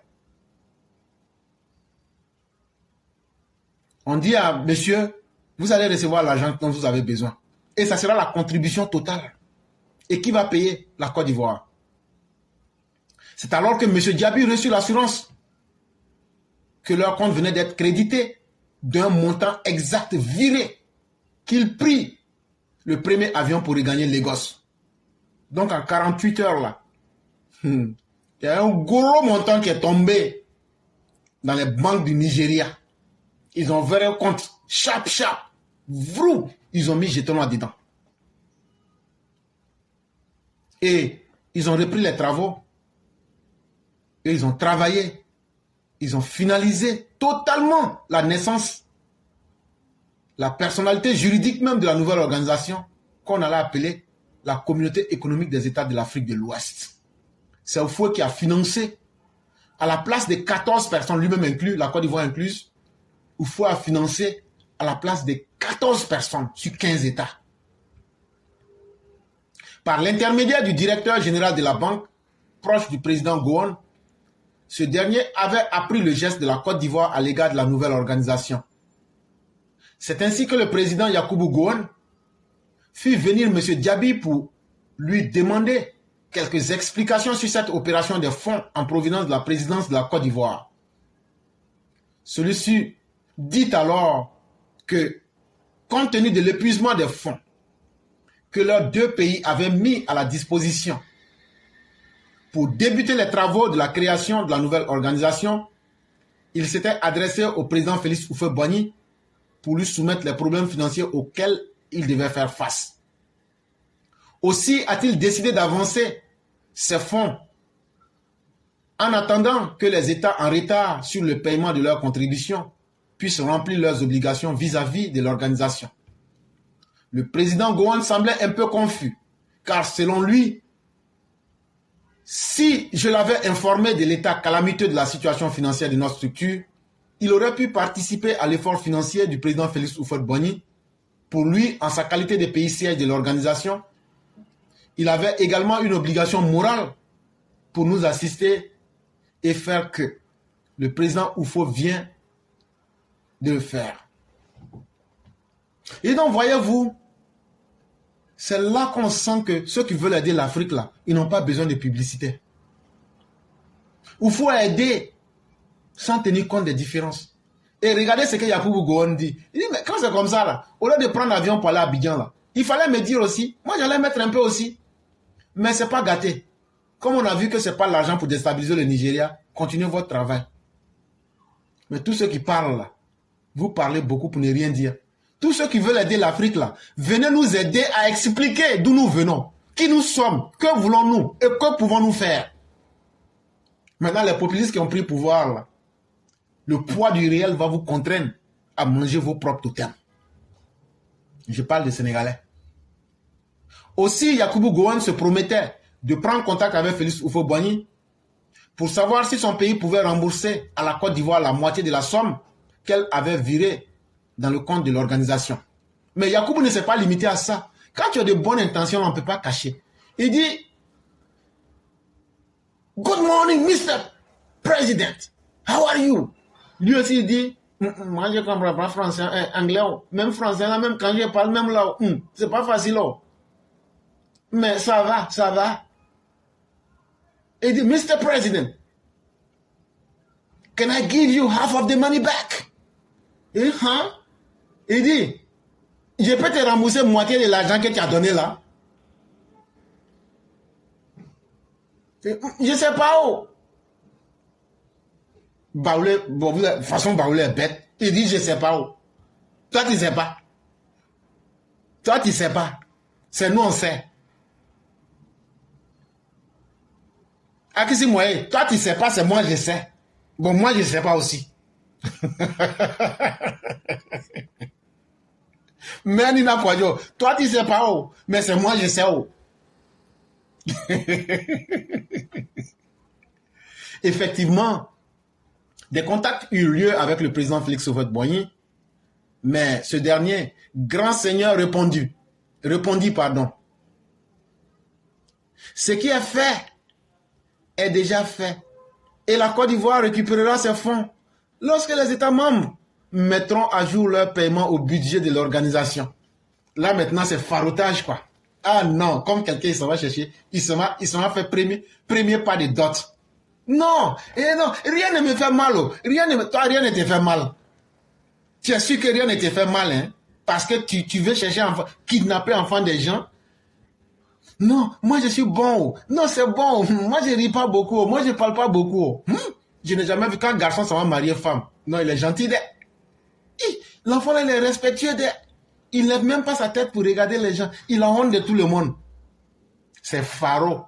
C'est Faro. Il faut dire à Gowon, moi je ne sais pas où, mais il faut attendre. Quand les autres là, je n'ai pas envie de... Les Boukistanais, avec les Mabouliens, et puis les clopins, et puis les bras cassés, les lamentins baveux, les gueules desséchées, quand ils vont vendre leur or à Wagner, et puis Africa comme ça, et puis ils vont rembourser là, on va prendre notre argent là-bas. Donc il faut lui dire, moi je ne sais pas où, mais ce qui est déjà fait est déjà fait où. Il faut laisser ça comme ça. Quand ils vont avoir un peu d'argent là, et puis ils vont payer là, si quand nous m'allons, il n'y a pas d'argent où, il faut laisser. Si vous pensez que je ne parle pas baoulé, vous vous trompez. Bon, il faut laisser. Quand ils vont payer un peu là, on va prendre un peu avec eux, et puis ça va passer comme ça. De toute façon, quand Nango aime l'argent, lui dit, I don't care. As long as it's not coming from my pocket, I don't care, Mr. President. Et moi, je m'en fous. Si c'est toi qui peux faire sacrifice, c'est bien. Ça ne vient pas de ma poche. Donc, qu'est-ce que ça ne me fait pas mal. Voici donc l'exposé exhaustif de l'histoire et des péripéties qui ont jalonné la création de la CEDEAO depuis son évocation par le président Félix Houphouët-Boigny devant ses pairs chefs d'État de la CEAO. Je n'ai pas dit CEDEAO, CEAO. Jusqu'à l'adoption des textes par la conférence des chefs d'État et de gouvernement des États membres. Tous ces chefs d'État qui ont participé à ce sommet sont devenus membres fondateurs. Et c'est comme ça qu'ils vont mettre tout ça en place. Et quand ils vont se réunir dans la première conférence des chefs d'État, ils vont valider le projet, la CEDEAO va naître. Et pour rendre la chose plus intéressante, on dit, bon, vous tous là, ceux qui ont payé, ceux qui n'ont pas payé, nous tous là, la même chose. Hein. Ne pensez pas, ah, voilà. On sait que vous ne valez rien, et vous ne valez rien, mais c'est pas grave. On sait que vous êtes venu vous asseoir sur crédit. Toi, tu ne payes pas, mais tu veux rentrer dans boom, dans soirée boom. Il y a un là. Toi, tu n'as pas payé, et puis tu veux rentrer dans boom. Et puis les chaud, il veut... De toute façon, ils ont attrapé son cou pour tirer son cou là. On dit comme tu veux rentrer là. Ils ont tiré le cou là. On dit il faut venir rentrer. Il dit lui rentre pas. Coup de poing qui a plus dans le visage là. Il a vite fait de comprendre que ça ne passera pas. On dit non, ne pensez pas, ça ne sera pas comme ça. Tout va bien se passer. N'ayez pas honte. Restez. L'ambassadeur Jonathan Cooker, assistant principal du président Yakubu Gowon à l'époque, puis plus tard ambassadeur du Nigeria en Côte d'Ivoire pendant 10 ans et après sa retraite, représentant personnel de la CEDEAO en Afrique, en Côte d'Ivoire, m'avoua que la fierté du président Gowon fut le fait que le président Houphouët-Boigny avait suivi sa recommandation de nommer un Ivoirien comme premier secrétaire général de la CEDEAO. Si cela n'avait pas été le cas, la CEDEAO n'aurait jamais vu le jour. Parce que dans ça, là, c'est vrai que c'est bon. Mais si ça échoue, là, personne n'a envie de mettre son image en jeu. Et donc, là, la Côte d'Ivoire avait pris de grands risques. Mais Dieu merci, ça marchait. Et donc, pour ceux qui s'inquiètent, qui disent aujourd'hui, mais la CEDEAO, là, pourquoi la Côte d'Ivoire ne quitte pas dedans? Pourquoi c'est comme ça? Quand on parle souvent, on n'a pas toujours le temps d'expliquer. Mais la CEDEAO, là, c'est la Côte d'Ivoire qui a accouché ça. La CEDEAO, là, c'est la Côte d'Ivoire qui a payé son trousseau. La CEDEAO, là, nous, on a payé les trousseaux de la CEDEAO à 99,99%. C'est la Côte d'Ivoire seule qui a fait ça. Celui qui a réfléchi pour mettre CEDEAO au pouvoir, là, s'appelle Félix Houphouët-Boigny. Celui qui a sacrifié ses citoyens pour construire la CEDEAO, pour réfléchir, mettre des textes en place, c'est un Ivoirien, M. Diaby, à travers Félix Houphouët-Boigny. Donc là, si les autres sont fâchés là, ils n'ont qu'à laisser CEDEAO dans notre main, ils n'ont qu'à aller créer leur organisation des Sahéliens.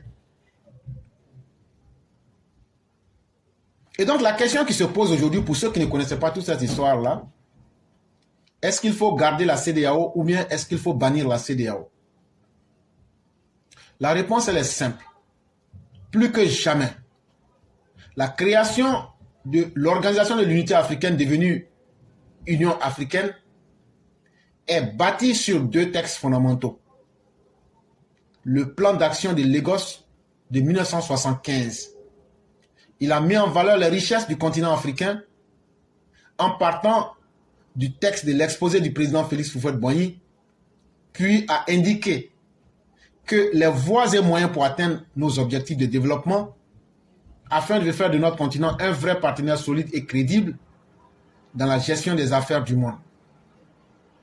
Il dit, il y a deux éléments qui font que la CEDEAO là, il ne faut pas les gens vont regarder pour dire c'est une organisation dans laquelle laisser tomber.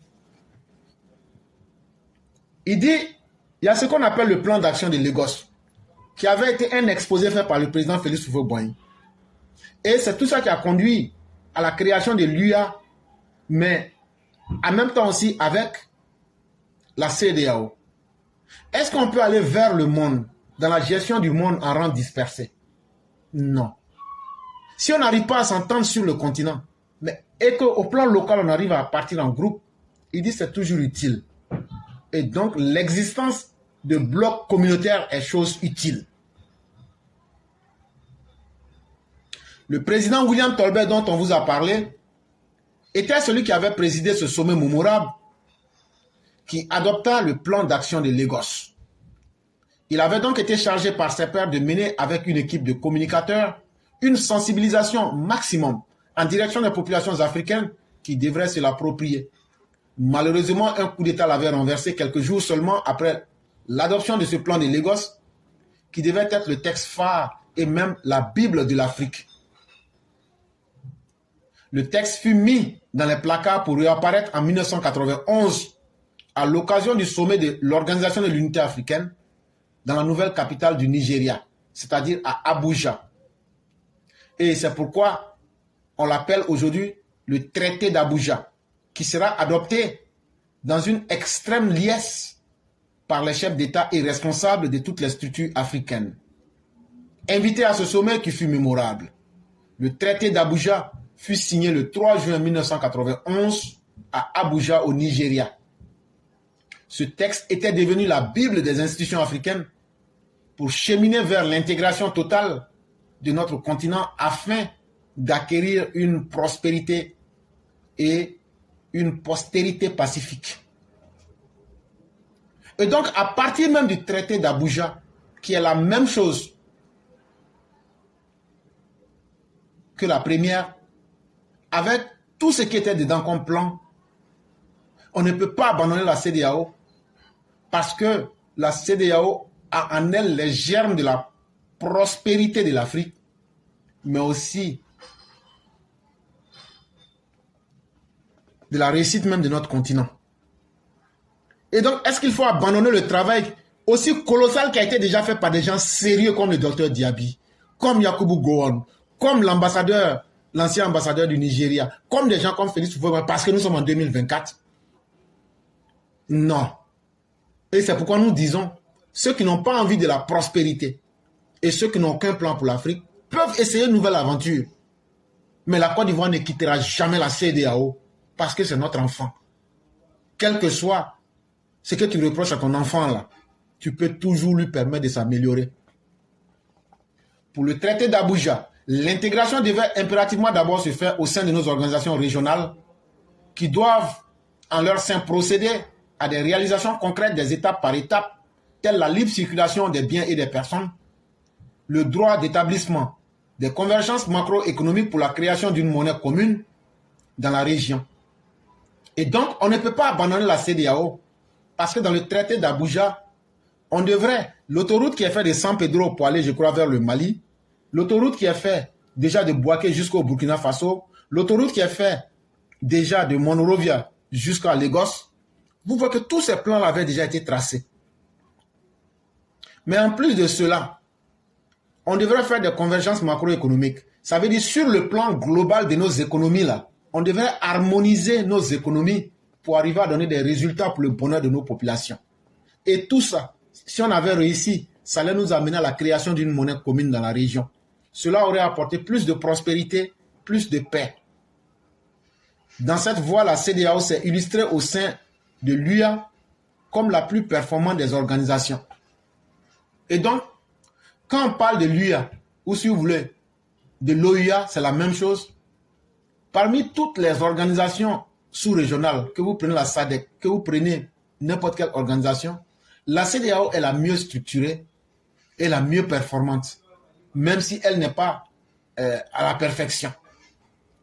Elle était une référence pour toutes les organisations régionales en Afrique, un modèle à suivre. L'Union du Maghreb unie, en abrégé l'UMA, a connu des difficultés énormes en raison des différents Maroc-Algérie. Aussi, le Maroc avait-il demandé de quitter sa région pour venir adhérer à la CEDEAO, qui était une référence en Afrique. Et donc, la CEDEAO que vous voyez là, on peut dire que vraiment il y a beaucoup de choses qui ne vont pas. Mais demandez-vous, lorsqu'il y avait le conflit entre l'Algérie et puis le Maroc, là, ils étaient dans l'organisation des pays du Maghreb unis. Ça veut dire l'organisation des pays arabes de l'Afrique du Nord. Mais quand il y a eu palabre entre l'Algérie et puis le Maroc, là, l'Algérie est restée dans son coin. Mais le Maroc, à un moment, a demandé, dit, mais l'organisation qui marche le mieux, là, c'est la CEDEAO. Donc, ne regardons pas les différences. Ce n'est pas toi-même Félix Houphouët-Boigny qui a dit de laisser les frontières, mais qu'on peut s'étendre de façon idéologique. Il dit, donc, est-ce que le Maroc ne peut pas rentrer dans la CEDEAO? À un moment, le Maroc avait demandé à ce qu'il puisse être dans la CEDEAO. Est-ce que le Maroc va accepter d'être dans une organisation défaillante? La CEDEAO est défaillante quand on a des dirigeants défaillants, comme Tinubu Bola. Quand il y a un président, quand tu es dans une voiture, là, puis le chauffeur, il a Big Belay, là, forcément, il va rentrer en brousse. Mais est-ce que c'est parce que c'est la voiture qui est mauvaise? C'est le chauffeur qui est mauvais. Mais chaque fois qu'on a mis de bons chauffeurs, là, tu vois, l'organisation devient correcte. Ainsi, le Conseil de l'Entente, la CEDEAO, font partie des legs du président Félix Houphouët-Boigny. Legs, là, ça veut dire simplement, font partie des héritages de Félix Houphouët-Boigny. Donc là, si c'est héritage de Félix Houphouët-Boigny, et que nous sommes ivoiriens, ça veut dire que c'est notre héritage là. Pourquoi nous on va laisser notre héritage à des maudits? C'est à eux de quitter si ça ne les plaît pas, pour aller voir ailleurs. Nous avons donc aujourd'hui, en notre qualité de fouettiste, le devoir de veiller sur ces institutions, afin qu'elles puissent poursuivre et atteindre les nobles objectifs pour lesquels elles ont été créées par ses pères fondateurs. Le président Yakubu Gowon, qui épaula vigoureusement le président Félix Houphouët-Boigny dans la création de la CEDEAO, se sent interpellé aujourd'hui devant la perspective de l'effondrement de ce joyau qu'est la CEDEAO. Il connaît mieux que quiconque aujourd'hui les difficultés résolues pour aboutir à la création de cette organisation. Ses avis et ses conseils seront nécessaires, car comme le dit Aimé Césaire, le plus court chemin vers l'avenir passe par le passé. Lui, il connaît bien le passé et il faut donc l'écouter car il est très sage. C'est une personnalité qui avait subi et traversé des épreuves pénibles dans sa vie. Ce beau et brillant texte d'histoire que nous venons de vous lire et expliquer, la meilleure manière de se souvenir, c'est de savoir où vous voulez aller. Parce que si tu cherches à savoir où tu veux aller, tu vas regarder où tu es. Et en regardant où tu es, tu vas regarder qu'est-ce que j'ai acquis dans le passé. Et un être humain doit tenir compte de toutes les différentes étapes de son existence pour essayer d'offrir le meilleur aux générations à venir.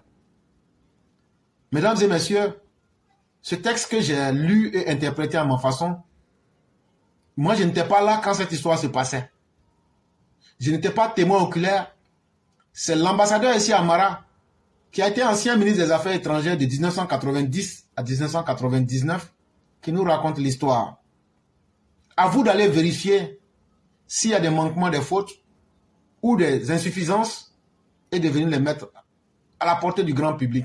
Mais pour notre part, nous avons tenu à faire ce travail ontologique pour permettre aux générations de se souvenir, pour ceux qui ne pourraient pas lire forcément, elles peuvent écouter, s'en inspirer et essayer de donner le meilleur qu'elles pourraient.